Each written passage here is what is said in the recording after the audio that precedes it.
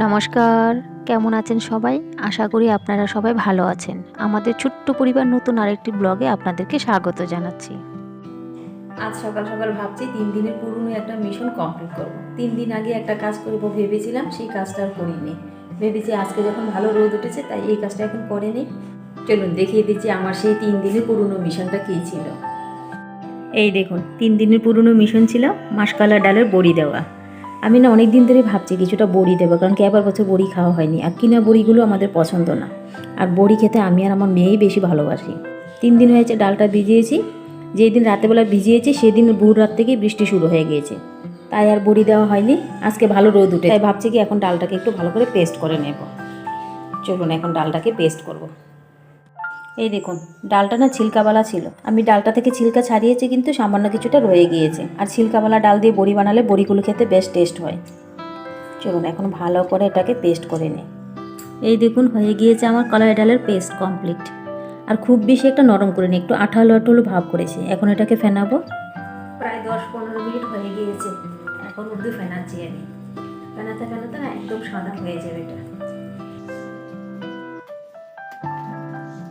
ইচ্ছা করলে এই বড়ির মধ্যে পেঁপে দিতে পারেন, চাল কুমড়া দিতে পারেন, বাঁধাকপি দিতে পারেন। আমি একজনকে দেখেছি বাঁধাকপি দিয়ে বানাতে। আবার আমি একটা ভিডিওতে দেখেছি পেঁয়াজ দিয়েও নাকি এরকম বড়ি বানানো যায়। এবার বছর একদিনও বড়ি খাইনি, এই বড়ি বানিয়ে তারপরেই রান্না করব।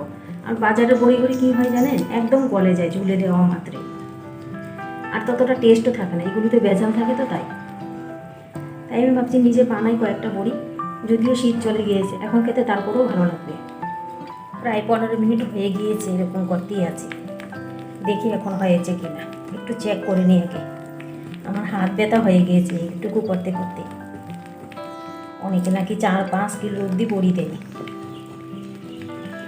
চলুন প্রথমে একটু চেক করে নিই, যদি হয়ে যায় তাহলে আর ফেনাবো না। চেক করার জন্য আমি একটু জল নিয়েছি, জলের মধ্যে ছেড়ে দেবো। যদি ভেসে যায় তাহলে ভাববো হয়ে গিয়েছে। এই দেখুন ভেসে গিয়েছে।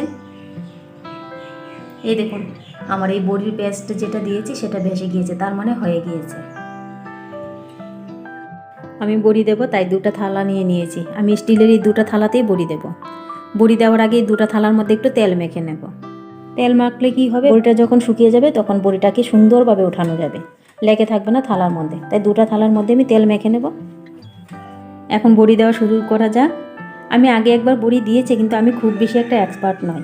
একবার আমার এক ফ্রেন্ডের কাছ থেকে শিখেছিলাম, কিন্তু খুব বেশি একটা ভালো দিতে পারি না। চেষ্টা করবো শুধু।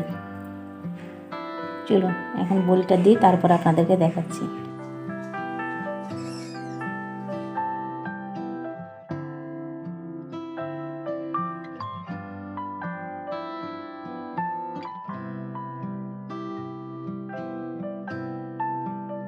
বড়ি দেওয়া কমপ্লিট, এখন এগুলোকে রোদে দিয়ে আসি। আর আপনারা কেউ আমার বড়িগুলো দেখে হাসবেন না, কারণ কি দেখতে মনে হচ্ছে যে বাতাসার মতো। যাই হোক, আস্তে আস্তে শিখে যাব, শেখার তো কোনো বয়স নেই। চলুন এখন চলে যাওয়া যাক রোদে।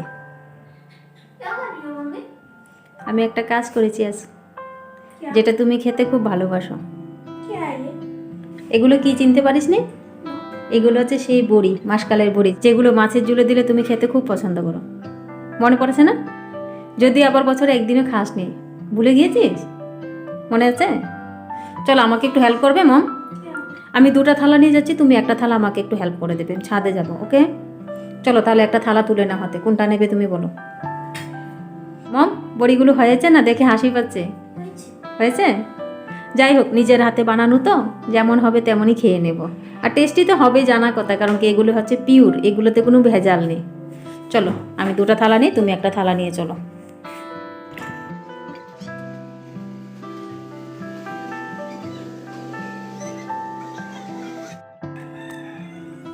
এই দেখুন রোদে দিয়ে দিলাম। কিছুক্ষণ পরে এসে চেক করব, যদি এখানে ছায়া পড়ে যায় থালাগুলোকে অন্য সাইডে নিয়ে যাব। এখন প্রায় সকাল 11টা বেজে গিয়েছে, এখনও রান্না বান্নার কিছু করিনি। সকালে তো 8:30 থেকে 9:30 বড়ি নিয়ে ঝামেলা করেছি। বড়িগুলো ছাদে দিয়ে আস্তে আস্তে 9:45 বেজে গেছে। তারপরে তো বসেই রয়েছি, এখন আসলাম কি রান্না করতে। এত তাড়াতাড়ি রান্না করে তো লাভ নেই, কারণ কি একটা সময় তো খাবে, তাই একটু দেরি করে রান্নাটাও বসাই, যেন খাবারগুলো গরম গরম থাকে। চলুন এখন আমি সবজিগুলো কেটে নিই। আর ভেবে রেখেছি কি রান্না করবো, তাহলে আর ঝামেলা নেই, ঝটপট হয়ে যাবে রান্না। চলুন এখন আমি সবজিগুলো কাটি, তারপর আপনাদেরকে দেখাচ্ছি আজ কি রান্না করবো। হয়ে গিয়েছে আমার সবজি কাটা কমপ্লিট। এখানে নিয়েছি আলু আর বেগুন। আলু আর বেগুন ভেজে মাছের ঝোল করব। আর এদিকে বাঁধাকপি আর আলু কেটে নিয়েছি, সেটা করব মাছের মাথা দিয়ে। আর ভাবছি কি একটা করব, আর কি সবজি করব কি করব না, তাই ভাবছি যে না, আলু মাখা করে নেবো, তাতেই হয়ে যাবে। কারণ কি রাতের বেলা ছোলা বানাবো, ছোলাটা ভিজিয়ে রেখে দিয়েছি। ছোলার সঙ্গে হয়তো রুটি খাবে না, তো পুরি পরাটা যা খাবে তাই বানিয়ে দেবো। চলুন এখন রান্নাটা চাপাই। রান্না বসানোর আগে দেখি তো মাছের মাথাটা থেকে বরফ ছেড়েছে কিনা, কারণ কি বেশি সময় হয়নি, বার করেছি, ছেড়ে গিয়েছে বরফ। আমি একটু জলে ভিজিয়ে রেখে দিয়েছিলাম। আর সকালবেলা উঠে না মাছের মাথাটা বার করতে আমি ভুলেই গিয়েছি, একটু দেরি হয়ে গিয়েছে। যাই হোক, বরফটা ছেড়েই গিয়েছে। চলুন এখন রান্নাটা চাপাই। তেলটা গরম হয়ে গিয়েছে, আমি এখন ভাবছি প্রথমে মাছের মাথাগুলো বাড়বো। মাছের মাথাটা ভেজে তারপরে সবজিটা বসাবো।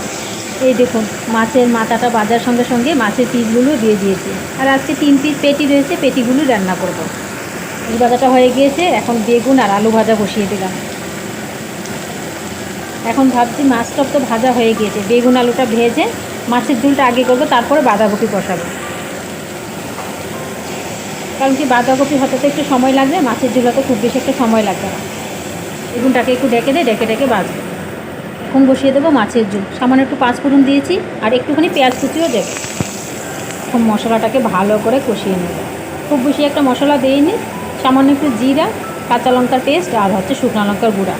আর নামানোর সময় একটু ধনিয়া পাতা দিয়ে দেবো, তাতেই হয়ে যাবে। আর বেগুন ভাজাটার মধ্যে অনেকটা তেল রয়েছে, আর মাছ ভাজার মধ্যে অনেকটা তেল রয়েছে, তাই তেল একটু কমই দিয়েছি। আর বেশি তেল দিলে আমার মেয়ে আবার খেতে চায় না। এবং এখন ভেজে রাখা বেগুন আর আলুটা দিয়ে আরেকটু কষিয়ে নিই। আর একবারের জন্য রান্না করবো তো, তাই অল্প করেই নিয়েছি সবজি। আলু আর বেগুনটাকে একদম লাল লাল করে ভেজেছি। এখন দিয়ে দেবো ঝোল। খুব বেশি একটা ঝোল দেবো না, একটু মাখাই রাখবো। ঝোলটা ফুটে আসুক, তারপরে মাছটা দিয়ে দেবো। এখন একটু নেড়ে চেড়ে দিই। এই দেখুন, মাছের ঝোলটা প্রায় ফুটে গিয়েছে। আর মাছের ঝোলটা দিয়ে তার সঙ্গে টমেটোরও দিয়ে দিয়েছিলাম। এখন দিয়ে দেবো মাছের পিসগুলো। মাছের পিসগুলো দিয়ে সামান্য একটুখানি ফুটাবো, খুব বেশি একটু ফুটাবো না। তারপরে ধনিয়া পাতা দিয়ে নামিয়ে নেবো, কারণ কি বেগুন দিয়ে রান্না করেছি তো, বেগুনগুলো একদম গলে গেল। একটু ঢেকে ভেজেছি, আর বেগুনটাও খুব ভালো। আর 1 মিনিট ঝোলটাকে ফুটিয়ে নেবো, তারপরে ধনিয়া পাতা দিয়ে নামিয়ে নেব। হয়ে গিয়েছে আমার মাছের ঝোল। এখন সামান্য একটু ধনিয়া পাতা দিয়ে দেবো। আর শীতের দিনে সবজিতে না ধনিয়া পাতা না দিলে একদমই ভালো লাগে না খেতে। চলুন, হয়ে গিয়েছে, এখন ঝোলটা নামিয়ে নিই। এখন বসাবো বাঁধাকপি সবজি। তার আগে ভাবছি একটু তেলের মধ্যে শুকনো লঙ্কা ভেজে নিই আলু মাখা করার জন্য। তার জন্য সরিষার তেল দিয়ে দেবো। কে কে এরকম আলু মাখা খেয়েছেন সরিষার তেলের মধ্যে শুকনো লঙ্কাটা ভেজে, আর সেই তেলটা আর শুকনো লঙ্কা দিয়ে পেঁয়াজ ধনিয়া পাতা দিয়ে আলু মাখা খেতে দারুণ লাগে। আর যদি না খেয়ে থাকেন, একবার ট্রাই করে দেখবেন। একবার যদি এইভাবে আলু মাখা খান না, সত্যি বারবার খেতে চাইবেন। আমাদের কাছে তো খুব দারুণ লাগে। আর এটা আমি আমার মার কাছ থেকে শিখেছি। আর অবশ্যই সরিষার তেল দেবেন, রিফাইন তেল দেবেন না এই আলু মাখাটার মধ্যে। আর এই আলু মাখাটার মধ্যে কোনো রকম কাঁচা সরিষার তেল অ্যাড করবেন না, আর ঘিও দেবেন না। শুধু এই ভাজা তেলটা আর শুকনো লঙ্কাটা দিয়ে মাখবেন। তার সঙ্গে পেঁয়াজ আর ধনিয়া পাতা দেবেন। আর যাদের ধনিয়া পাতা পছন্দ না, ওরা ধনিয়া পাতা না দিলেও পারে। শুধু পেঁয়াজ দিয়ে আর এই লঙ্কা তেলটা দিয়ে মাখলেও বেশ দারুণ লাগে। চলুন, আমার শুকনো লঙ্কা ভাজাটা হয়ে গিয়েছে। এখন তেলটা শুকনো লঙ্কাটা নামিয়ে বাঁধাকপিটা বসিয়ে দিই। এখন বসিয়ে দেবো বাঁধাকপি। তার জন্য একটুখানি তেজপাতা আর শুকনো লঙ্কা দিয়ে দেবো। এই দেখুন, এই যে তেলটা তুলে রেখেছি আর শুকনো লঙ্কাটা, এটা দিয়ে আলু মাখা করলে যা দারুণ লাগবে। আমার মেয়েরও খুব প্রিয়, আর আমার বাবার তো খুব প্রিয় ছিল এরকম আলু মাখা। চলুন, পরে আলুটা মাখবো, এখন রেখে নিই। দিয়ে দেবো কিছুটা পাঁচফোড়ন। পাঁচফোড়নটা হয়ে গিয়েছে, এখন কিছুটা পেঁয়াজ কুচি দিয়ে দেবো। আর পাঁচফোড়ন আর পেঁয়াজ একসঙ্গে মিশিয়ে রেসিপিটা আমার মার থেকে শেখা, দারুণ লাগে। পাঁচফোড়ন আর পেঁয়াজ একসঙ্গে মিশিয়ে আপনারা রান্না করে খেয়ে দেখবেন। সব সবজিতে ভালো লাগে না, কোনো কোনো সবজিতে খুব ভালো লাগে। যেরকম লাউয়ের মধ্যে ভালো লাগে, বাঁধাকপিতেও বেশ দারুণ লাগে। চলুন, পেঁয়াজটা হয়ে গিয়েছে, এখন দিয়ে দিই কেটে রাখা বাঁধাকপিটা। আর আমি বাঁধাকপির মধ্যে খুব বেশি একটা মশলা দেবো না, 2-3টা কাঁচা লঙ্কা চিড়ে দেবো, আর সামান্য একটু আদা কুচি দেবো, আর একটুখানি জিরার গুঁড়া। নামানোর সময় একটু গরম মশলা দিয়ে নামিয়ে নেব। এখন একটু ডেকে দিই, বাঁধাকপিটা মজে আসুক, তারপরে ভেজে রাখা মাছের মাথাটা দিয়ে দেবো। বাঁধাকপিটা অনেকটাই মজে গিয়েছে, এখন দিয়ে দেবো কিছুটা আদা কুচি আর কাঁচা লঙ্কা। তার সঙ্গে দিয়ে দেবো ভেজে রাখা মাছের মাথা। এখন একটু ভালো করে নেড়ে চেড়ে আঁচটাকে একটু কম করে দেবো, আর একটুখানি জিরার গুঁড়া দিয়ে দেবো।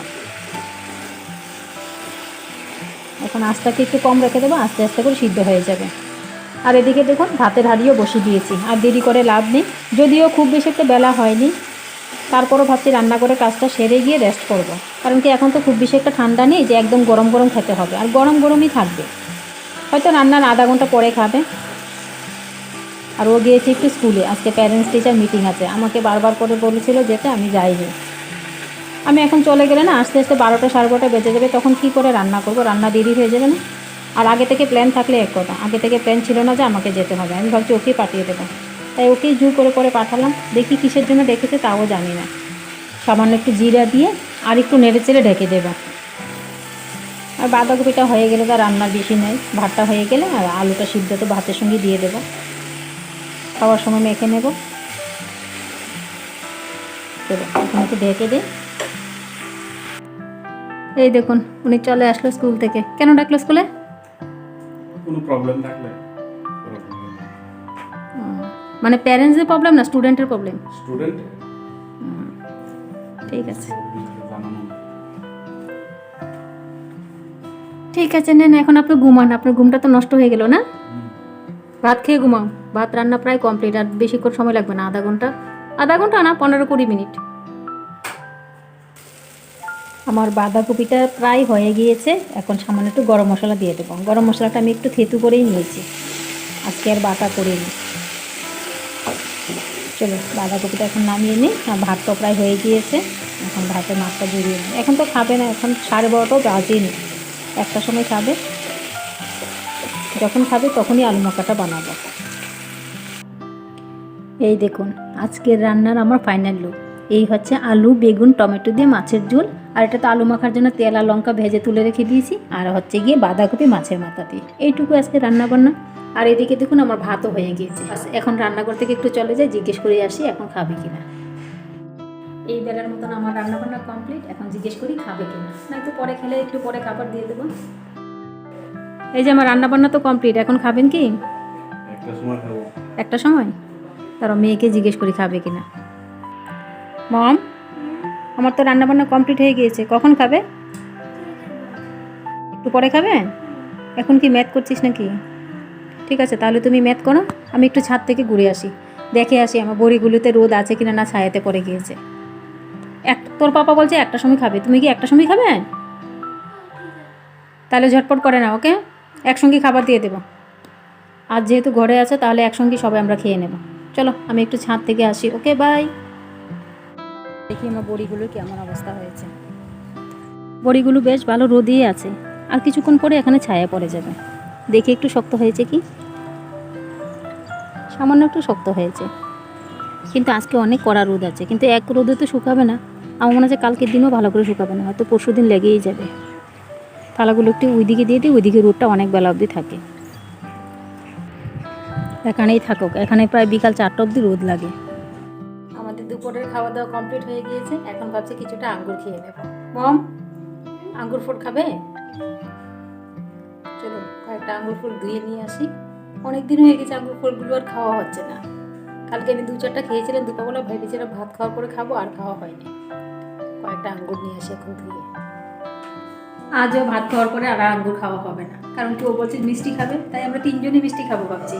এই যে 3জনের জন্য কাল রাতে বেলা মিষ্টি নিয়ে আসছিল, সেটা রয়ে গিয়েছে, এখন বলছে আঙ্গুর খাবে না মিষ্টি খাবে। চলুন তাহলে আমিও মিষ্টি খেয়ে নিই, মেয়েও খেয়ে নেবে মিষ্টি, আঙ্গুরটা নয়তো বিকালে খাবো। এই যে নাও।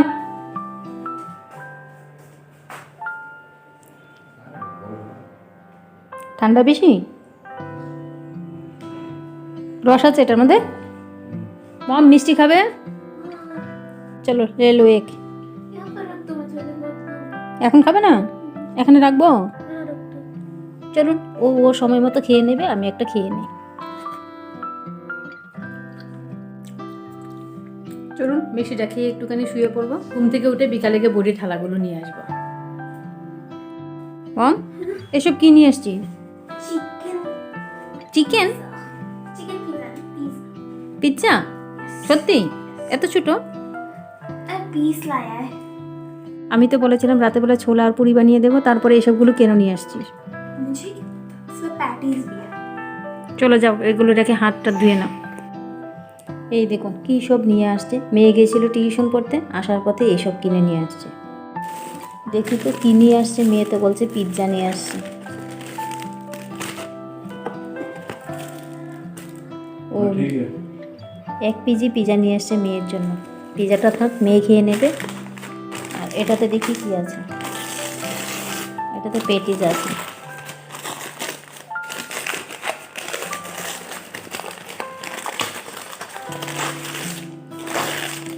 চলুন, এখন আমরা তিনজনে তিনটা আগে পেটিস খেয়ে নিই। এই দেখুন, আমি ভেবেছিলাম 1 পিস পিৎজা আছে, 1 পিস নাই, এখানে নিচে আরও 2 পিস আছে। ধরো এদিকে।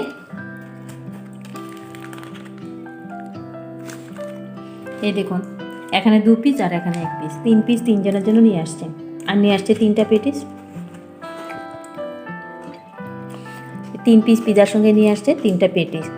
এসব খেলে রাতে খাবে বলুন তো? মেয়ে তো খাবে না, আর আমিও খাবো না রাতে বেলার কিছু। চলো আমি 1 পিস পিৎজা টেস্ট করে দেখি কেমন লাগে। আমরা দুজনে খেয়ে নিয়েছি 2 পিস পিৎজা আর পেটিস, আর এইগুলো মেয়ের জন্য রেখে দিয়েছি। মেয়ে এখন পড়া করছে, এখন বলছে খাবে না, ও এসব খেলে রাতে আর কিছু খাবেও না। তা এখন এগুলো রেখে দিই ওর জন্য। আর আমার পিৎজাটা খাওয়া বাকি রয়েছে একটুখানি। পিৎজাটা বেশ টেস্ট, মেয়েরগুলো এখন রেখে দিই। এই দেখুন, এইটুকু পিৎজা খেয়েছি, বেশ দারুণ লেগেছে আমার কাছে, খুব টেস্ট আছে পিৎজাটা।